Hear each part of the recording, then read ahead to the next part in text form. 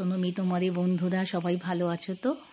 Mesmerising মেক্সিকোর second part দেখতে নিশ্চয়ই তোমাদের খুব ইচ্ছে হচ্ছে। আমরা খুব এনজয় করেছি, দেখেছি, তোমাদেরও দেখাবো। প্রথমেই যাব ক্যানকুন থেকে চেচেন ইৎসা, যেখানে সেই বিখ্যাত পিরামিড রয়েছে, পৃথিবীর 7ম আশ্চর্যের একটি। তারপর সেখান থেকে যাব সেনোটে দেখতে, ইনক্রেডিবল সিঙ্কহোল, সব তোমাদের দেখাবো। এই সেই বিখ্যাত পিরামিড। এই পিরামিড দেখতেই আমরা এসেছি। বাসে করে সকালবেলায় উঠে যাত্রা করলাম। হই হই করতে করতে 2 ঘন্টা 2.5 ঘন্টার মধ্যে পৌঁছে গেলাম গন্তব্যস্থলে। পিরামিড দেখার যে বিস্ময় আমাদের আর ধরে না। অসম্ভব সুন্দর। দুপাশে যে পাঁচিলের মতো করা আছে, ওখান দিয়ে নাকি সূর্যাস্তের সময় সূর্যের আলো সাপের মতো নামে।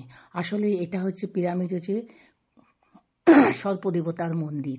তো যাই হোক, সেখান থেকে আমরা চলে গেলাম। আরও বিভিন্ন কর্নার থেকে পিরামিডের ছবি দেখতে লাগলাম।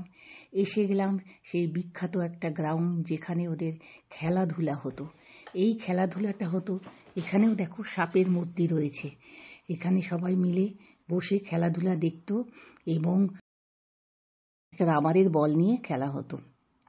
যাই হোক, সেই সব কিছুই আমরা দেখছি, মায়া সভ্যতার নানা রকম কীর্তি।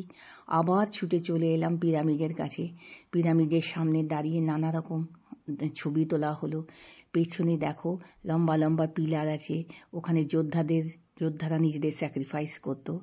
আমরা এই বিশাল চাতালেই খেলার কথা বলছিলাম না, এই সেই বিশাল চাতাল, সেখানে খেলাধুলা চলতো। যাই হোক, পিরামিডের সামনে আমরা চলে এসেছি। সবাই হাততালি দিয়ে নানা রকম দেখছে।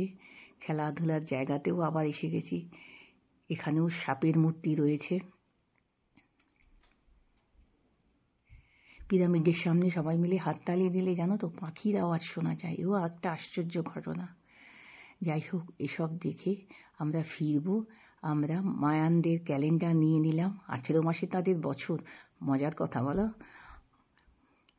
সেই ক্যালেন্ডারের পরে আমরা জোডিয়াক মায়া নিলাম। জোডিয়াক সাইনগুলো সব ওখানে রয়েছে, তাদের মানেগুলো ইংলিশে করে দেওয়া আছে, তাই এই ছবিটাও আমরা নিয়ে নিলাম।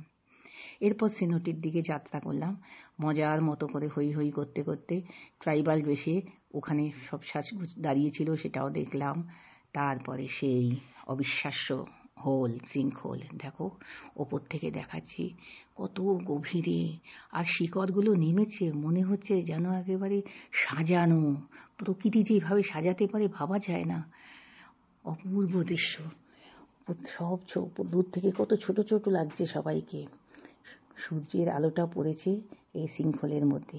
সুড়ঙ্গ দিয়ে নেমে আমরা সেই নিচে, গভীর নিচে নামলাম। সবাই হই হই করে দল বেঁধে আনন্দ করতে করতে ঝাঁপিয়ে পড়লো জলে। এ যেন ছেলেবেলায় পুকুরে সাঁতার কাটা। এই সিঙ্কহোলে লাইফ জ্যাকেট পরে নামলে পরে এখানে ডুবে যাওয়ার কোনো চান্স নেই। সাঁতার জানো আর না জানো, জাস্ট ভেসে থাকবে।